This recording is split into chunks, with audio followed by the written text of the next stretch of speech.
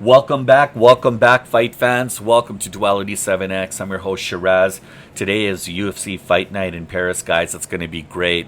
Hey, the last time UFC was here, I mean, they've been coming consistently to France, usually around this time in September. And I mean, last year they were there September 28th, and in September in 2023, you had Cyril Gane take on Sergey Spivak, and then prior to that as well, as I think Cyril Gane headlined that in 2022. That said, it's been consistent, and Paris usually never disappoints, right? So I kind of want to get right into it, guys. I want to dive into it. Unfortunately, I'm not going to be able to cover the entire card. I'm just going to talk a little bit about some highlights here and there of some of the things that I'm kind of watching out for, and I mean, you guys can tell me who you guys are watching and put your thoughts and comments below.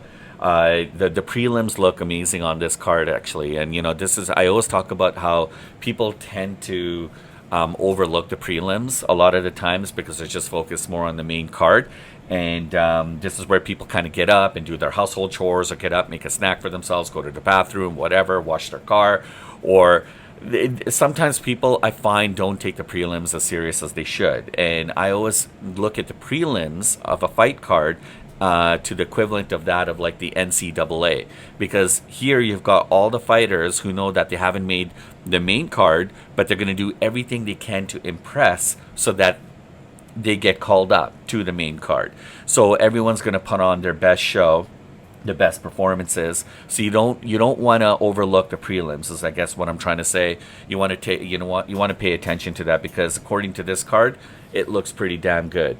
Now, that said, I want to I'm going to start off at like the main event. We got Nassourdine Imavov taking on Caio Borralho. Now, this one is huge, guys, because Dana White has already hinted that whoever impresses the most out of this fight, or whether it's the fight against Fluffy Fernandez and Renier de Ridder in October, could technically be next in line for a middleweight title shot against Khamzat Chimaev. So there's obviously some huge playoff vibe to this. The stakes are high. The fighters know it. I think everybody's really excited about it, and they're going to want to do what they can to obviously impress and to showcase the fact that they're going to be the best contender to fighting to Khamzat's belt. Now, that said, let's talk about matchup. I mean, on one side you got Borralho, right? I mean, he's obviously a very, very crafty, slick southpaw fighter. He's got a strong ground game. This guy's the real deal, man. And you know what? He's actually very, very impressive. I'm kind of wondering, I'm almost second guessing myself as to what's going to happen here, but he's undefeated. This guy's undefeated in the UFC. He's sitting at the top of the chain at 7-0, guys. And with 2 contender series wins as well too. This guy's a real deal, right? He's obviously proven himself to show up. He knows he can mix it up. His grappling is absolutely beautiful, and he knows when he needs to. His striking capabilities are just right there as well too. Right now, I'm not really 100% certain as to how his jiu-jitsu is going to potentially hold up against top tier type kind of competition, but I mean, let's see. But I mean, this is going to be a great opportunity to witness 2 really good fighters and to see how good his overall mixed martial arts are. Now, that said, he does an amazing job. He likes to keep his punches and kicks really low. It really makes fighting a guy like this very frustrating for a lot of fighters, because it's really hard to kind of contend with that, right? Now, on the other hand side, you got Nassourdine Imavov. He brings a lot of speed. He's got very sharp boxing skills, right? He's got that hometown advantage, right? Being in Paris, right? His hands are beautiful. I mean, his combinations are clean, his strikes are clean. Statistically, he's usually more active when it comes to his striking. On the flip side, he does tend to take on more damage, and this is one of the things that a lot of people complain about when it comes to Imavov, because he's usually willing to stand in the pocket, but sometimes that may not necessarily work in his favor, right? And we've tend to see him kind of fade over time, usually during fights, but lately he's substantially improved. And, his takedown defenses, his ability to weather the storm and rally late, I think is some of the things that he wanted to really work on. So he doesn't just he doesn't come out explosive and then just kind of die off, right, in the latter rounds. I mean, he's been working on his cardio, he's been stepping up his conditioning, working very closely with his team and his trainer. So he's taking this fight very, very seriously. And look, I mean, when I talk about rallying late, and he stopped Jared Cannonier, right? I mean, in the fifth round, after being down so early. So he does have that ability to come back strong when he needs to, right? So stylistically, this is going to boil down to the ultimate question. Can Borralho push the pace, right? Can he mix in his wrestling? And we are talking about his jiu-jitsu earlier. Can he wear Imavov down? Or will Imavov's boxing speed and tactical strikes be too much for Borralho? Right? I mean, this is, and look, and when you're coming into a fight and you've got that hometown crowd behind you, that's going to make things a little bit difficult for the competition, right? So, or for the opponent, because sometimes it's really hard to contend and to try to fight over all those loud fans consistently screaming and booing and yelling and chanting your name and all kinds of other things that they normally do during a fight. A lot of that mental acuity is really going to play into how well these fighters perform. And I'm talking more so for Borralho because he's coming into hostile territory. Right. So anyways, this fight can be dangerous in so many different ways. I'm excited about it. And, obviously, Imavov has, on paper, he has faced tougher competition as of recent. This guy's no joke. A lot of people, there's a lot of discussions and talks about Borralho and his consistency and about him being undefeated in the UFC and his ability to make tactical, MMA style IQ type decisions, during a fight, which, as I mentioned, has frustrated a lot of fighters. But Imavov's coming in there, I think, with a completely different strategy and game plan. And it's going to be really interesting to see the two of these fighters, who are somewhat different from one another as well, to come in and see what they have and what they're able to deliver, right? So that's my take on this, guys. You got a sniper like Imavov who's going to take on this Brazilian tactician.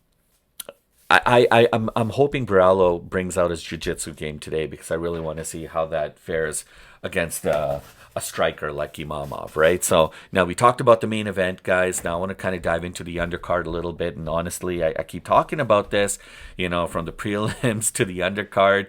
I mean, we've got a card that's stacked with a lot of drama, a lot of storylines. And look, I'm going to address the elephant in the room. The first thing I want to talk about is Nassourdine Imavov. Now, this is the Guinea-born, Belgium-raised fighter who today was supposed to be his UFC debut, and he was supposed to face the legend Patricio Pitbull. Now, unfortunately for Nassourdine, he didn't make the cut. He didn't make the weight, and this is very, very bad. Keita missed weight badly, guys. Okay, and Pitbull is pissed, and rightfully so. I mean, Patricio is 37 years old. Okay, he doesn't got time to waste with all this BS. He wants a fight. He was actually, because Keita missed weight and couldn't, and the fight got canceled. Pitbull's been out there trying to call out other people. And he's like, he wants a fight. He wants a fight with Arnold Allen instead. I mean, it's a bad situation all around, guys. I mean, the things that these guys have to do to be able to make and cut weight, it's not easy. I mean, there's a whole level of, I don't think we fully understand the magnitude of how detrimental that could be to a fighter and to their body and what it does to somebody. I talk about this all the time. Actually, I have a video that's coming out about some Japanese fighters who recently fought on a card in Tokyo, and both of those fighters actually passed away within 1 week after the fight. And a lot of people are talking about the dieting, the cutting weight, and everything that they're doing to their body and stuff like that, it's not necessarily what happens in the ring, but it's also stuff that you do in preparation of getting into the ring that could really hurt you and put you in a very bad situation. And we've seen fighters like Ortega who have come out who cut weight so much to the point where they look like they're like a complete zombie. They're not, they're like a shell of themselves, right? So the fact of the matter is Lucene did not make weight. And look, Lucene's known as a Black Panther. He's born in Guinea, as I mentioned, raised in Belgium. He's a 2 division lightweight featherweight champion in Octagon MMA with a 16-1 pro record with a 63% finish rate, predominantly knockouts, guys. So this is why I mean, a lot of people are pissed, okay, because they wanted to see this fight. This was Lucene's opportunity to break into the UFC, and he missed weight. So, Keita posted a video apologizing that this was the first time in 25 fights that he's ever missed weight. And of all nights, it had to be his UFC debut. It's a tough break, guys. It's also a reminder, if you take on a fight on short notice, especially at a weight that you haven't made in years, you have to deliver. That's just common sense. That said, I'm not a fighter. I'm not in these guys' positions. I know of fighters, and I know people who are in that game, and I know how difficult it is just to be able to, again, condition themselves to the point where they can actually get into the ring. And that in itself is a whole battle. All, like it's a different conversation, of course. And look, just to set the record straight, Keita actually offered his entire purse just to keep the fight alive. But obviously, we know that can't happen. So it's a shame. Pitbull obviously is a veteran Brazilian stand-up fighter. He's also a former 2 division Bellator champion, featherweight and lightweight as well too. And he's got a very lengthy, decorated career that spans from like 2004. He's achieved many accolades, in the world of MMA. It's a shame. It's a shame. I really wanted to see this fight. I can't dwell on this too much, guys. I got to get into the rest of it. But we got the co-main event. We got hometown favorite Benoit Saint Denis versus Mauricio Rufy. Now this one is going to be pure fireworks. Pure fireworks. Okay, Rufy is 12-1, undefeated in the UFC at 3-0, and coming off that insane spinning wheel kick knockout over Bobby Green. Did you guys see this? Like, that was absolutely crazy. So he's coming in 3-0 in the UFC. Okay. And so he's not some pushover either, right? But then you got Saint Denis, right? And he's his background, he's a French lightweight, okay? I mean, he's known as the God of War. He's got a judo black belt. He's got a military background. So he's got the physical, he's got the mental, part locked down. And look, he served in the French special forces. He holds a 14-3-1 pro record. His last major win was actually this year in May. He landed a second round submission, and at UFC 315, and he didn't have a complete easy career either. I mean, he had a number of losses, obviously in 2024, and unfortunately for him, it wasn't looking so good. But that rebound fight that he had in 315 totally rejuvenated, revitalized his career. This guy's flashy, okay? Saint Denis is explosive. He's going to come at you like Mike Tyson, all right? And a lot of fighters, fans already know this. I mean, if you've seen him fight before, you know what he's capable of. But a lot of fighters have actually taken notice to his style and to his approach and to what he brings to the ring. And now on the other side, Saint Denis, this is a man who's got a lot riding because he's had a lot of ups and downs in his career. Okay. He's taken a lot of damage, all right, in recent fights, and he likes to push the pace, right? I mean, his cardio is impeccable. He's really good at that. I mean, serving in the French forces and having such a long, lengthy career as well, too. So he kind of knows the drill. He knows what he needs to do, how to condition and train himself. But sometimes he can get a little bit reckless, and this is what's kind of led to some of his downfall as of recent. If he can't drag Rufy to the mat, this may get ugly and ugly pretty quick. And this is what a lot of people are talking about, right? So for Rufi, the test is, can he stop the relentless pressure of Saint Denis? Because Saint Denis is going to come at him real quick, like a locomotive, like a train. He's gonna be very explosive. But for Saint Denis, he's going to have to do whatever he can to bring him right to the center of the mat and do what he has to do and handle his business. Because if he doesn't, I'm telling you guys, this could end pretty quickly. And Saint Denis, he's got the momentum right now. He wants to ride that momentum. And so I mean, this is a lot for both of these fighters, and this is the reason why this is the co-main event. So whoever wins here technically will obviously rocket up the lightweight rankings and set himself up for a really, really nice payday, right? And I mean, like, when I think about Rufi as well, he's got that amazing knockout power, that one-shot knockout power. 11 of his 12 wins were via TKO. I mean, and I'm telling you, Rufi is no joke, man. He's a former bodyguard, all right? And he's now a UFC rising prospect. I'm excited for this one, guys. I'm glad this fight wasn't canceled. This is going to be really good, right? So, yeah, I'm excited, and let's talk. We've got a few more here that I kind of want to cover. Oh gosh, there's so many really good fighters, like so many good fights on this card here. Bannon versus Hughes as well too. You guys got to watch that one. We got Tavares, Burchak. Okay, I don't want to get ahead of myself here, but I've got Modestas Bukauskas. He's going to be taking on Paul Craig. Bukauskas, this is his second UFC.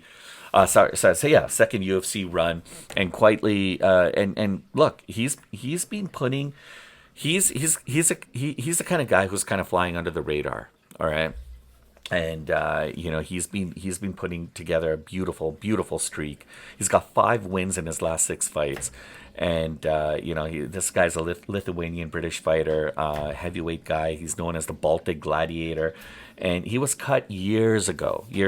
And look, he's on a comeback.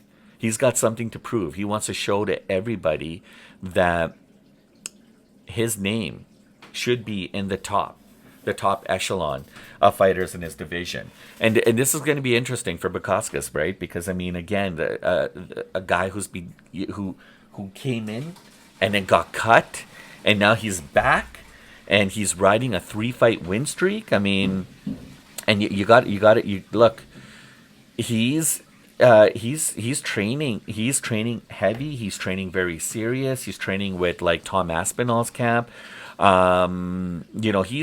He knows what he needs to do to push the pace and to be able to bring him into the folds of some serious discussions. So this is going to be Bukauskas' opportunity to really show to the world that all the training and conditioning and everything that this guy is doing to put himself in a lot of serious discussions is not just going to be fluff, and that he's going to deliver when it comes time in the octagon. And I mean, the fact that he's training with Tom Aspinall's camp, and Tom Aspinall being one of the top seasoned, guys like in that echelon tier, I think that's going to be fantastic. It's going to be huge. I'm excited to see what he kind of brings to the table. I mean, his recent victories and decisions. I mean, he had a KO over Sarkera back earlier this year in February, with an arm triangle submission over Marcin back in, I think that was last year. Was it this time? Oh, when did he fight Marcin Prashinho? I think Prashinho was, I'm going to say July or August. Anyways, that was last year, guys. Anyways, He's built a serious career, and he's finally being taken seriously. Okay, now Paul Craig, obviously, he's a veteran, and he's got some very, very good, impeccable grappling skills. Unfortunately for him, he's come off of 5 losses in his last 6. Okay, so here's a stark contrast. Craig's coming off 5 losses out of his last 6, and then you've got Bukauskas, who's technically won 5 in his last 6. So this is going to be a really, really interesting fight. So there's a lot to lose for Paul Craig, right? I mean, he's 37 years old as well. Time obviously isn't on his side. So right now, the odds are in favor for Bukauskas. He looks like the big favorite in this one. So that, again, it'll be very, very interesting to see what's going to happen, right? Paul, though, on the other hand, he's I mean, he's known for a submission game, right? I mean, 76% of his wins came by via submission, right? And so that said, he's got a long, lengthy career too that spans back from 2016. I mean, 9 years in the sport, and sorry, 9 years in the world of UFC. He's definitely no pushover. So it's going to be really interesting to see these two fighters fight. So I'm looking forward to it. Got Ante Dalia now. Okay, Ante Dalia. This is going to be one of those fights, guys, that I think again a lot of people might overlook, might even miss. I mean, you've got a guy who's a tournament champion. All right, he's making so Dalia is actually making his UFC debut against Marcin Tybura. Now, Tybura is not a pushover.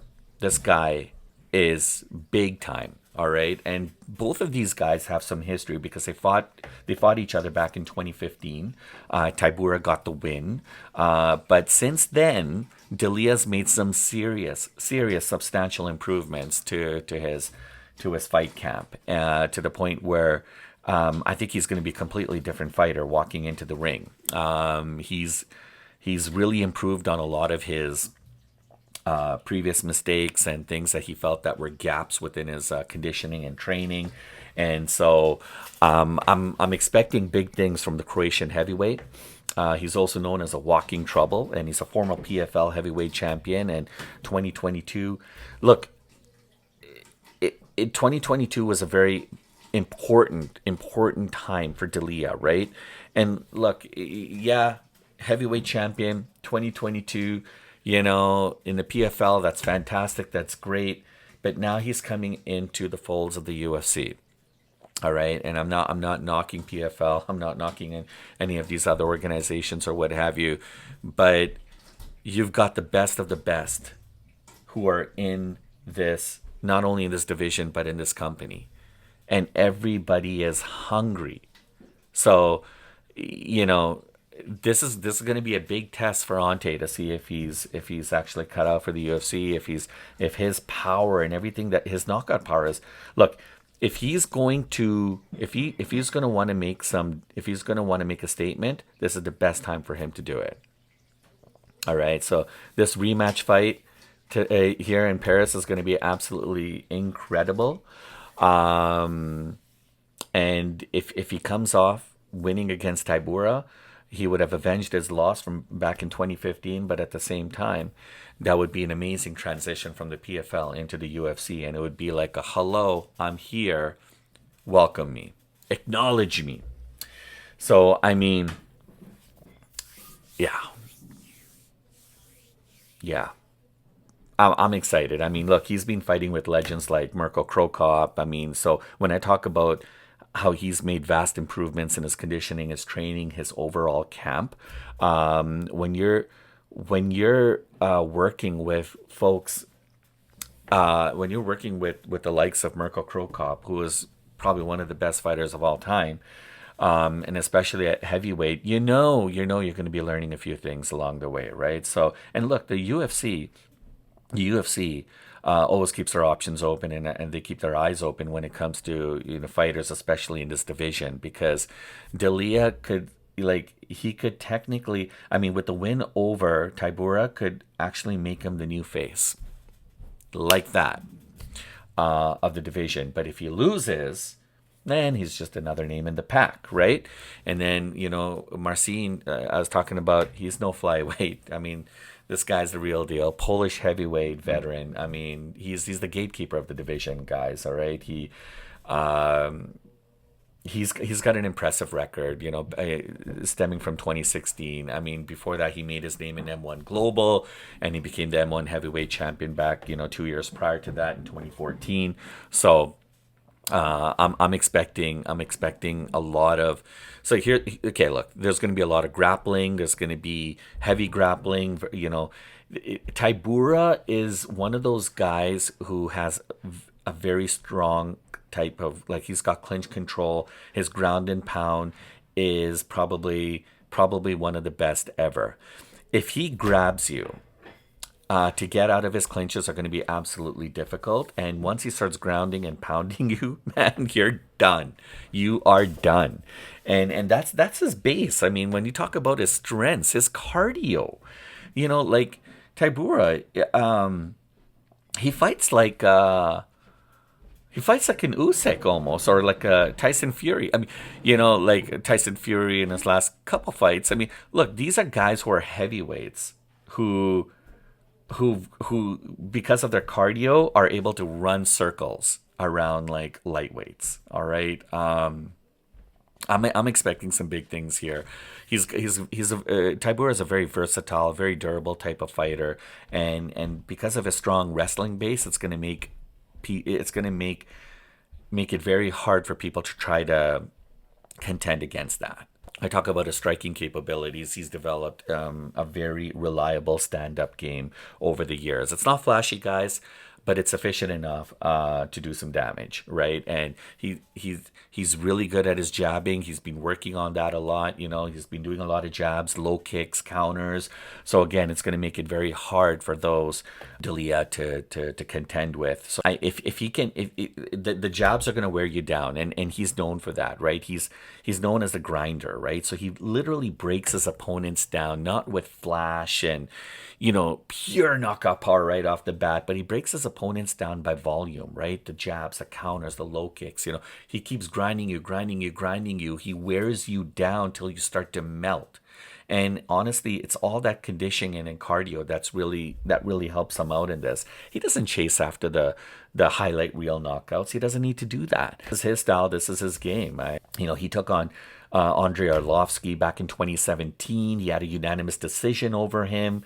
That was impressive, and then, he took on a 7-foot giant, Stefan Struve, a year after that. Ben Rothwell, a lot of people were always talking about that fight. In 2020, he had a unanimous decision over him because of his grinding, heavy style. And then in 2021, he took on Greg Hardy, and he finished him with the ground and pound, right? And then in 2022, Alexander Romanov, he weathered Romanov's wrestling, honestly turned the tide. Why? Why did he turn the tide? Because of his cardio, his conditioning. Unfortunately, he did lose to guys like Derek Lewis, Alexander Volkov, Tom Aspinall. And again, this again could potentially show the gap between him and some of the true elite of the division. But I mean, he's got a 25-9 MMA record. In UFC, his record is 12-7, and he's got 15 finishes, 9 by the way of KO, knockout, 6 by submission. So look, this is going to be a serious fight. He's probably one of the most consistent grinding heavyweight guys that are out there. Not flashy, but efficient. All right. So through his conditioning and cardio, he could definitely wear down D'Elia and welcome him to the UFC in grand fashion. It could be a nightmare matchup, honestly, for anyone outside of the top 5. But if Ante is really, and I know he's serious about this, this is his chance to make his debut. But he's going up against a very, very top fighter, right? So it's a big sign already. And so if Tybura wins, he's going to prove that he's obviously rock solid, and he's going to take over that spot, over for Tybura. So anyhow, lastly, I want to talk about Andreas Gustafsson, the tattooed brawler that everyone loves so much. He beat up Chaos Williams in his debut, guys, and he's fighting Rinat Fakhretdinov, one of the sneakiest bangers, guys, in the UFC. And I mean, look, this guy could turn this fight into a war like that. Now, Gustafsson's obviously got a wild style when you pair with Fakhretdinov. But, this could be the fight that honestly steals the show. All right, on paper, this is seriously, look, kudos to the operational team in the UFC, right, for how they plan these fights, because this is so damn razor close, it's not even funny. These guys are like pound for pound, almost like legitimately like the equivalent of one another. So, I mean, you got Rinat, who's coming in with 24-2 record. And he's known for his relentless pressure and wrestling, obviously throughout his career. But this guy can throw. All right, he's got some very heavy shots, and he'll like, if he exposes you, that's it. You're done. He'll take you out real quick and real fast. And look, he's one of those guys where the takedowns work in his favor. He can stand up. He's got great striking capabilities, and he knows how to grind you as well too, right? He knows how to wear guys down. And this is what I'm talking about, having an overall fighter. He's got that overall presence. He knows what he needs to do to get the job done in the ring. He'd love to go in for the explosive finish and knock you out as soon as he can. But at the same time, he's got the skills and the tools in his belt to grind you and wear you down to the point where you got no more, and then that's where he just finishes you. So very, very dangerous. Rinat is a legit fighter. And look, his last win over Carlos Leal, it was very controversial.